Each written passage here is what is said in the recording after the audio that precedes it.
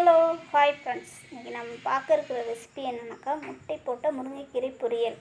தேவையான பொருட்கள்: காய்ந்த மிளகாய், வெங்காயம், முட்டை ஒன்று, கீரை ரெடி பண்ணி எடுத்து வச்சுக்கணும் ஃப்ரெண்ட்ஸ்.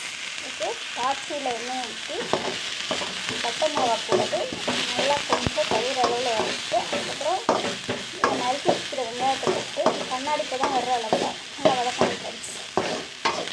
அதுக்கப்புறம் நம்ம ரெடி பண்ணி வச்சுக்கிற கீரையை அதில் போட்டு நல்லா வதக்கணும் ஃப்ரெண்ட்ஸ்.